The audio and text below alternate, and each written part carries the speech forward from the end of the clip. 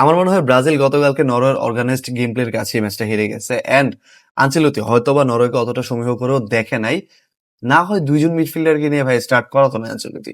And অবশ্যই Martinelli is a good player, but আমার মনে হচ্ছিল যে মার্টিনেলিকে সাব ইন যদি করা হতো সেকেন্ড হাফে, that would have been much better. And যদি এনরিককেও স্টার্ট করাতো, আপ টপ যদি এনরিককে স্টার্ট করাতো অ্যান্ড কুনিয়াকে যদি মিডফিল্ডে খেলাতো, সেটাও একটা ভালো সিদ্ধান্ত হতে পারতো। অথবা এডারসন এন্ড দানিলোর যে কোনো একজনকে যদি মিডফিল্ডে খেলাতে পারতো, স্টার্ট করতে পারতো অ্যাটলিস্ট, তাহলে হয়তো বা বেটার একটা ডিসিশন হতো, যেহেতু পাকুয়েতা ছিল না গতকালকে। বাট যাই হোক, আনচেলত্তির ডিসিশন ছিল। অ্যান্ড দুইটা গোল যে কনসিড করছে, এখানে আসলে আমি বলবো যে নরওয়ে যখন শেলারকে মাঠে নামায়, সাবিন করায় সেকেন্ড হাফে, তখন থেকে কিন্তু ওই লেফট সাইড দিয়ে অ্যাটাক গুলো সার্কুলেট হচ্ছিল। আপনি প্রথম গোলটা যদি আমি একটু দেখি, তাহলে দেখা যাচ্ছে যে শেলার যখন বলটা রিসিভ করে যখন আগাচ্ছিল, তখন তার সামনে প্রথমে ছিল এনরিক, এন্ড এনরিককে ইজিলি ড্রিবল পাস করে চলে যায়। তারপর তার সামনে চলে যাচ্ছে, যখন শেলার এগিয়ে যাচ্ছে, তখন তার সামনে দুইজন আছে। একদম সামনে আছে হচ্ছে তার দানিলো, এন্ড তার পাশে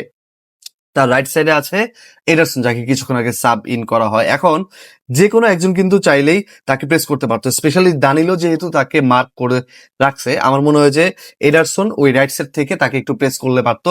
পাশাপাশি এনরিক কিন্তু যখন তাকে ড্রিবল পাস করা হয়, এনরিক কিন্তু বলটা ছেড়ে দিচ্ছে, মানে তাকে মার্ক আর করে নাই। Enrique totally out of the play হয়ে গেছে, সে জাস্ট রিল্যাক্সে পিছনে দাঁড়ায় আছে। দেখেন, আপনি যদি দেখেন এই ফুটেজ, আপনি দেখতে পাচ্ছেন যে এনরিক কোনো এফোর্টই দিচ্ছে না এই ক্ষেত্রে। তো আমার মনে হয় যে এক্ষেত্রে যদি এনরিক আর আপনার এডারসন যদি আর একটু প্রেস করতো শেলারআপকে, তাহলে কিন্তু ওই ফ্রি ক্রসটা শেলারআপ দিতে পারতো না, যেহেতু প্রেস করে না। দেখেন, একটা ইজি একটা ফ্রি ক্রস দিল ওই রাইট ফুট দিয়ে, ওই ফ্রি ক্রস সাথে। এখন আপনার হালান্ড আছে ওইখানে, হালান্ডকে মার্ক করছিল গ্যাব্রিয়েল মাগালেস, এন্ড একা আসলে হালান্ডকে মার্ক করা সবসময় পসিবল না, এন্ড হালান্ড একটা ফ্রি হেডার উইন করে বলটা গোলে পরিণত করলো। সো এখানে আমি বলবো যে যেই তিনজন প্লেয়ার ওইখানে শেল্ডার-আপের আশেপাশে ছিল, স্পেশালি এনরিক আর হচ্ছে এডারসনের ভুলটাই আমি এখানে এভিডেন্ট দেখতেছি এই গোলটা কনসিড করার জন্য। এখন দেখেন দ্বিতীয় গোলটার ক্ষেত্রে, দেখেন শেল্ডার-আপকে মার্ক করছিল মার্কুইনোস, এন্ড মার্কুইনোসের ওই সাইড থেকে শেল্ডার-আপ ইজিলি বলটা হালান্ডের কাছে দিয়ে দিল। এখন হালান্ডের কাছে অপশন ছিল দুইটা। এক, যেহেতু তার রাইট সাইডে তেমন কোনো প্লেয়ার নাই তাকে হেল্প করার জন্য, আবার ওডেগার্ড উপরের দিকে আসছে, সে একটা অথবা দুইটা টাচ নিয়ে ওডেগার্ডকে বলটা দিয়ে দেয়। অথবা সেকেন্ড যে অপশনটা ছিল সেটা একটু টাফার সাইডে, এন্ড ওই অপশনটা হচ্ছে এখান থেকে শট নেয়, and Haaland choose the second option. দেখেন, তাকে মার্ক করছিল কে?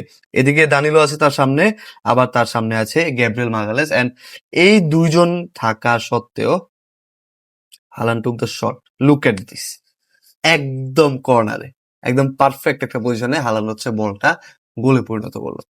ইট ওয়াজ pure brilliance.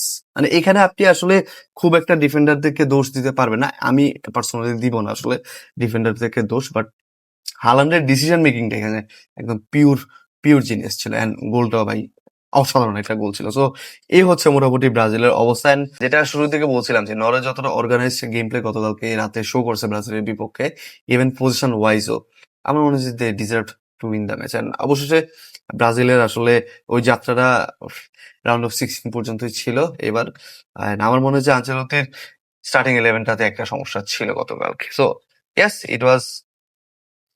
it was my explanation about the goals Brazil conceded yesterday night. And আপনারা আপনাদের মতামত জানিয়ে দিতে পারেন যে ব্রাজিলের আসলে মেইন সমস্যা কোথায় ছিল গতকালকের এই ম্যাচে, এন্ড নরওয়ে কতটুকু আসলে যেতে পারে এবারের ওয়ার্ল্ড কাপে।